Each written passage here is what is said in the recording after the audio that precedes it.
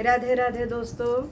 कार्तिक महीना मुक्ति मार्ग के महीना होला। पूरा महीना भगवान जी लोग के सेवा होला। खास तौर पे कृष्ण कन्हैया जी के होला, राम जी के होला। तो वही पे एगो छोटा सा भजन बा। अरे कर लो राम के भजनिया बारंबार ना मिली, बारंबार ना मिली। कर लो राम के भजनिया बारंबार ना मिली, बारंबार ना मिली।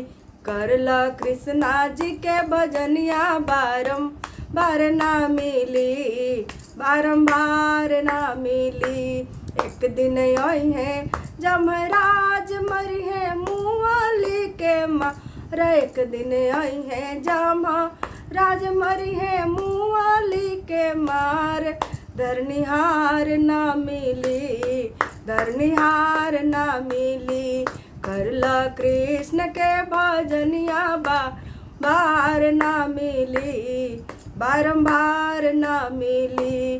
कर ला राम के भजनिया बार ना मिली, बारंबार ना मिली।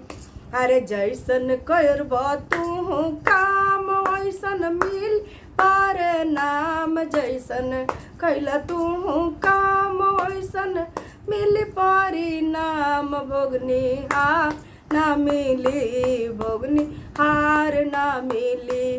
कर लो राम के भजनी बारंबार ना मिली, बारंबार ना मिली। कर लो कृष्ण के भजनिया बारंबार ना मिली, बारंबार ना मिली।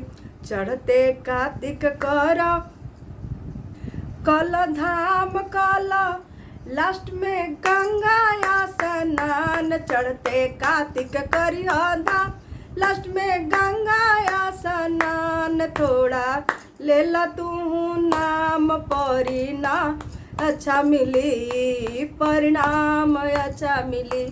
कर लो राम के भजनिया बार ना मिली, बारंबार ना मिली।